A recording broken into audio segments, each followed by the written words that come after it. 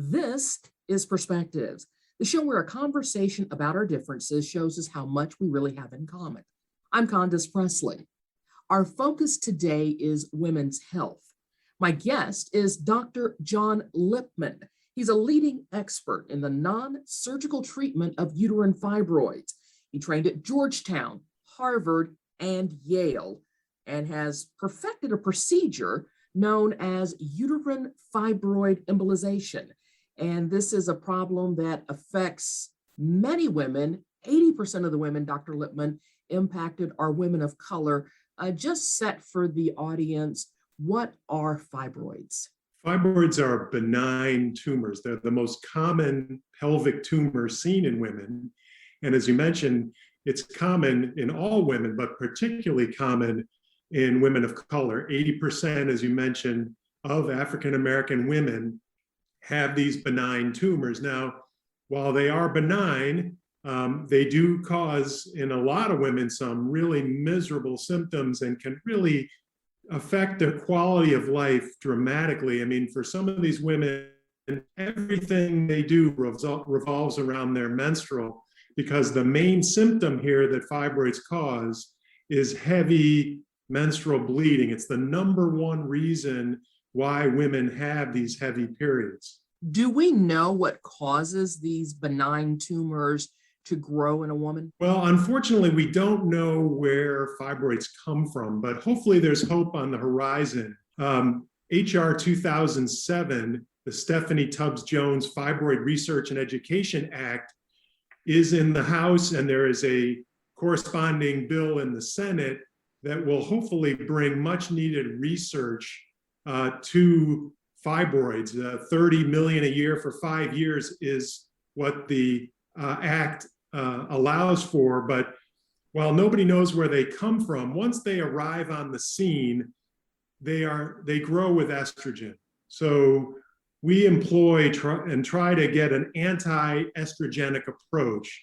The estrogen progesterone balance is out of whack, and there's a very strong estrogenic imbalance, if you will. So one of the things that we can do is try to get patients to have a healthier lifestyle, eating better, making better food choices. There are estrogenic foods like red meat, non-organic chicken, dairy that we can try to eliminate or at least moderate, and substitute colored fruits and vegetables, for instance, that have compounds called flavonoids in them, and they block an important enzyme in estrogen production. Vitamin D is really important. Only 10% of African-American men or women have adequate vitamin D, and vitamin D has been shown to be a very powerful inhibitor of fibroid growth. And if you have a low vitamin D, it's one of the risk factors that you're likely going to suffer with vitamin D, and that's easily picked up as far as what your level is and how to correct it. So that's an important thing. And then exercise.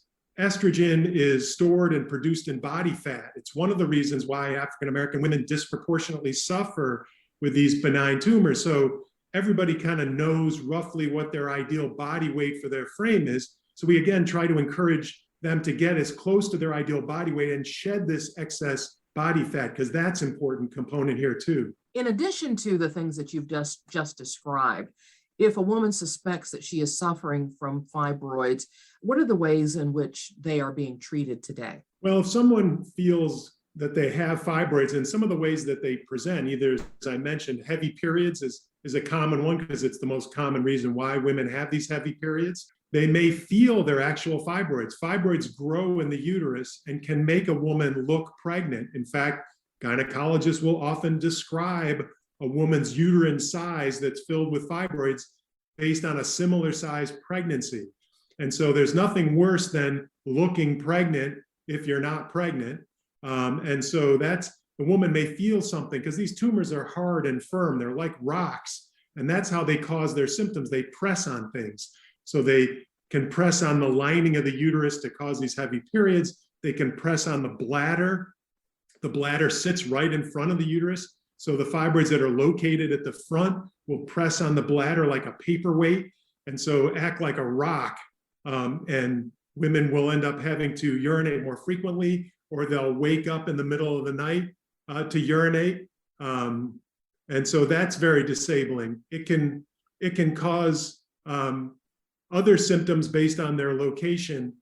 Those that are in the back of the uterus can press on the colon to cause constipation. And patients don't often correlate constipation with fibroids. Even a lot of physicians don't. And those that are located, say, near the cervix can cause very painful intercourse. So depending on where these fibroids are located will often dictate symptoms. And then when they are symptomatic, they often present to a doctor, typically an OBGYN, although a family physician, internist, or an interventional radiologist like myself will see these patients. And then oftentimes after a history and physical, the first imaging tool is usually an ultrasound, and that will confirm the physician's diagnosis of fibroids.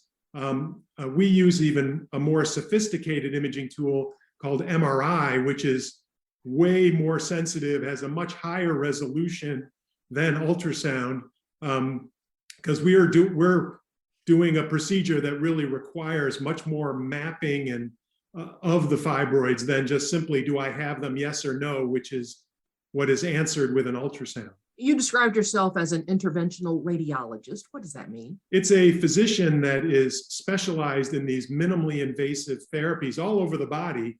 The common thread is we have perfected these procedures that replace the need for an operation. So for instance, in the old days, they used to have to cut a person's chest open to operate on the heart for heart disease. Narrowing of the coronary arteries would require an operation. Now we know we can go in from the inside and dilate a balloon angioplasty, or put a little small metal scaffold called a stent and prop the vessel open. And so it's all done from the inside. So angioplasties and stents can replace the need for vascular surgery. This is a procedure from the inside to replace hysterectomy for these benign tumors. Many women who discover they are suffering with fibroids may be told by their physicians that their only option is surgery. The procedure that you perform is not the surgery that you described. Talk to me about why that may be why women are told that.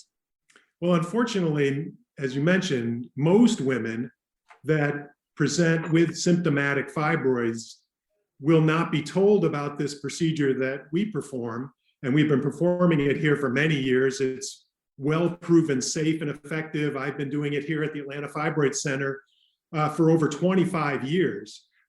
It was endorsed by the American College of Obstetrics and Gynecologists back in 2008. And so while it's been present for a long time and has the endorsement of the Society of OBGYN, it doesn't mean the rank and file members will necessarily tell their patients, although they're supposed to. They're supposed to tell patients all of their options, both the surgical ones, either myomectomy, cutting out some of the fibroids, or a hysterectomy. And they're also supposed to tell them about this procedure that we do called uterine fibroid embolization, UFE. UFE is one of the biggest medical breakthroughs for women, particularly women of color who disproportionately suffer with fibroids. It is completely non-surgical. It's outpatient. Patients come into the Atlanta Fibroid Center in the morning. They leave the same day with a Band-Aid and their uterus, but just a Band-Aid at the site where we went in, at the top of their right leg, or occasionally their left wrist. So the procedure itself is quick. It's 30 minutes or so. There's a several-hour recovery, and they get discharged home with the Band-Aid. There's a recovery at home somewhere around 5 days or so. So we tell patients, anticipate a week, but a lot of patients go back well before a week, particularly if they're able to work from home during all this COVID stuff. Describe for our audience how UFE works. We negotiate a little tiny catheter, like a piece of spaghetti, under X-ray guidance into each of the 2 uterine arteries one at a time. Each of the uterine arteries is like a tree. It has a main big trunk, and then each of it starts branching like a tree, getting smaller and smaller branches till you get out to the leaves. The fibroids are the leaves of the tree. And I know what size those small peripheral branches are, and I can flow direct these particles to plug those small fibroid branches up. The big trunk and the main branches of the uterus stay open. The uterus stays alive, and we've had numerous children after UFE, multiple sets of twins after UFE. So the uterus is alive, but hopefully all of the fibroids are dead. And as they die, they will soften and shrink. And as that occurs, a woman's symptoms go away by the time I see them in follow-up 3 months later. So why would a OBGYN not want to tell a patient about UFE as opposed to the other two procedures you described, the total abdominal hysterectomy or a myomectomy? Well, my thought is on this, probably because they're surgeons. Surgeons like to operate. And so this replaces the second most common surgery done in the United States, which is kind of surprising. Hysterectomy is the second most common surgery, yet half the population, men, don't even have a uterus. So it's a very common procedure. And the most common reason why we do it is not cancer. That would be appropriate. If you have uterine cancer, obviously hysterectomy is the treatment of choice. The most common reason why we do hysterectomy in this country by far are for these benign fibroid tumors. Why in the world would we do an amputation for benign disease? The UFE is well proven safe and effective. The success rate is over 90%. It's safer than surgery. It's less invasive. The recovery is much shorter. And importantly, and sometimes undervalued by physicians, women get to keep their uterus, not lose it. I hear all the time, well, my doctor said I'm not interested in having children or having any more children. I don't need my uterus anymore. That's ridiculous. That's crazy. The uterus has very important functions for women besides just bearing them children. Such as? It's important, first of all, psychologically. A lot of women, feel less of a woman without their womb, their essence, their womanness, just like a man being castrated. And there's no way to predict who's going to have, psychologic impact after hysterectomy. There is a lot of sexual dysfunction after hysterectomy. And it's embarrassing. People don't want to talk about it, so it's not widely known, but it is very prevalent. Loss of libido, loss of orgasm. There's a lot of urinary leaking after hysterectomy. You take this pregnant, enlarged, fibroid-filled uterus out of the pelvis surgically, and it weakens the pelvic floor muscles. And now these women leak urine, and they're young women because the average age of hysterectomy is less than 40. And I've got to tell you, I've seen way too many women less than 30 have already had a hysterectomy for fibroids. None of them wanted it, but they were told that they had to have it, and they were tired of all the misery and the suffering that they go through. And so they gave in, only to find out later that they didn't have to have that hysterectomy. They could have had UFE and got their life back. Tell us about the Free from Fibroids Foundation. Well, it's a nonprofit that I started because of the hearing for so long that, surgery is the only option. Hysterectomy is the only option. No one ever told me about UFE. It finally reached a point where I said, I got to do something. It's too many women out there. There's over 1 million women in this country right now that are suffering in silence. They don't want hysterectomy, and I don't blame them, but they don't know of any other option. They don't know about UFE, and we're going to try to inform them about it and let people know that they have options. That's the most important thing about this nonprofit. We want every woman suffering with fibroids to know all of their options, know about the surgical options, but also know about UFE. It's so important. As I say, UFE is one of the biggest medical breakthroughs for women, but yet it's still unknown despite the fact that it has 25 years of safety and efficacy. Is that why you say that there's a healthcare disparity that exists with women who suffer from uterine fibroids? There's no question about it. I mean, you could clearly speculate why there hasn't been the research in fibroids. This is a condition that predominantly affects African American women. And so even in the research, if you look at some of the research that's been done on fibroids, and there's not a lot, there was an article about a research trial that was done at the Mayo Clinic a number of years ago. It was in the Journal of Women's Health, I believe 2013. And the lead author was the chief of OBGYN, Elizabeth Stewart, from the Mayo Clinic, who is commonly quoted on whenever there's a fibroid story in the country, they ask her opinion. Well, she looked at 1,000 women that were suffering with fibroids, and the average time to treatment was 3.5 years, and a quarter of them waited over 5 years. And the investigators, Dr. Stewart and others, were surprised by these findings. Well, I'm not surprised, because when they drilled down on it, they found that women didn't want surgery. They didn't want hysterectomy, and they weren't given any other option besides surgery. And so they just suffered with it. And then if you look at the breakdown of who they studied, there was a very small percentage of African American women, even though we know that it's such a predominant thing in African American women. And so even when there are studies out there, they're not studying the right women. I mean, yes, it is seen in Caucasian women and women of other racial groups, but if you're going to study fibroids, you have to look at African American women with at least the same proportion, if not more. And we still don't know why more Black women than others get fibroids. Because there's not enough research, we don't know if it's a genetic thing or anything like that. We can speculate. I mean, one is the genetic, it runs stronger genetically in African American families. Now, we don't know why that is. We do know the chromosome involved, but we don't know the gene yet. We got to get to the gene level to really understand where this is coming from and the whys, and maybe ways to identify families at risk and maybe have a vaccine even for, to try to prevent. But we're not there yet. So genetically is one issue. But as I mentioned earlier, we know that estrogen stimulates fibroid growth, and having low vitamin D makes you at risk factors. So you can correct the vitamin D, and that'll help. And you can have women change their dietary patterns and exercise, lose body fat. And so they will have less estrogen on board, if you will. And because African American women not only get fibroids more commonly than other racial groups, they get them at younger ages, they get more of them, and they tend to be bigger and more likely hospitalized from them. So it's a really double, triple, quadruple whammy, if you will.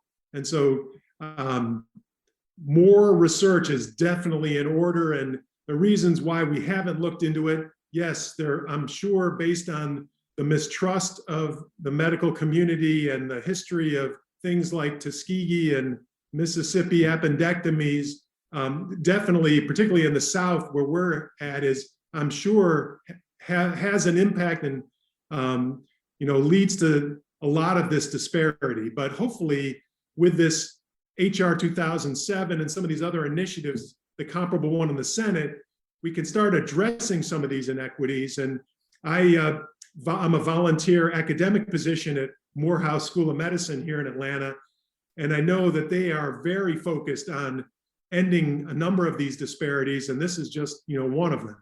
How would you characterize the support on the Hill thus far for this particular piece of legislation? I would say it's been very supportive of the congresswomen and congressmen and senators. I had an incredible conversation with Senator Warnock, one of my senators here in Georgia, last week.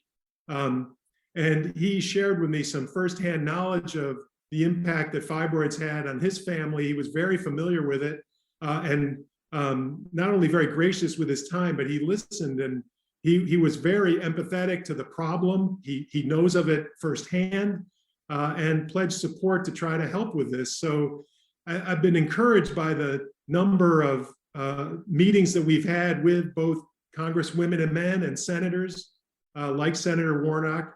I'd say the one thing that I was kind of disappointed in to date, one of the congressmen that's the co-sponsor of HR 2007, I'd be remiss if I didn't mention him, longtime friend David Scott.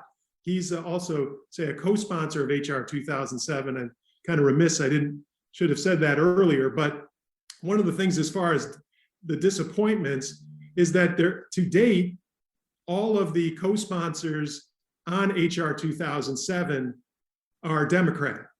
And this should not be a partisan issue. This shouldn't be a Democrat issue or Republican issue.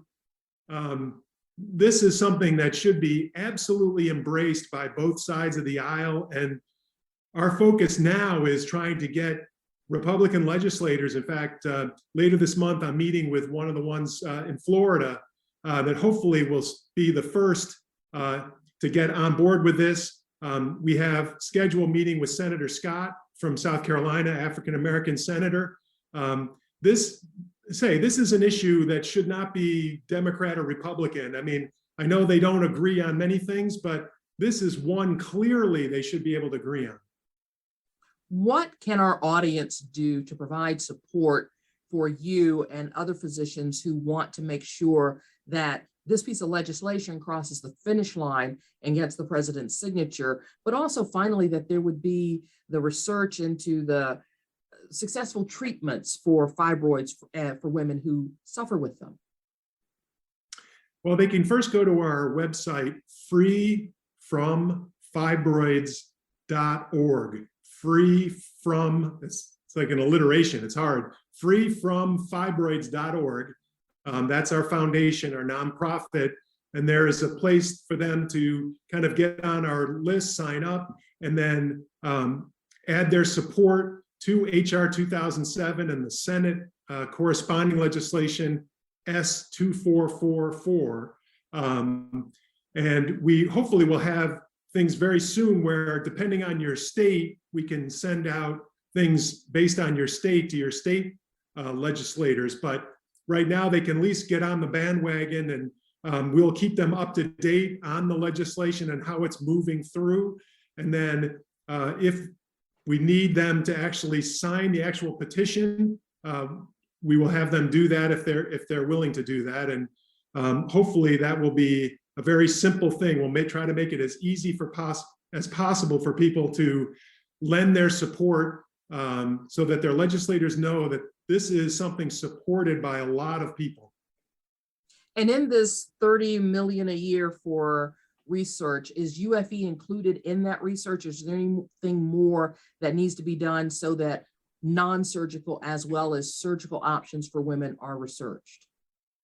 Well, I'm glad you asked about that, because as of right now, it's often left off of the treatment options because it's not one of the ones the gynecologists perform, and that needs to be corrected, obviously.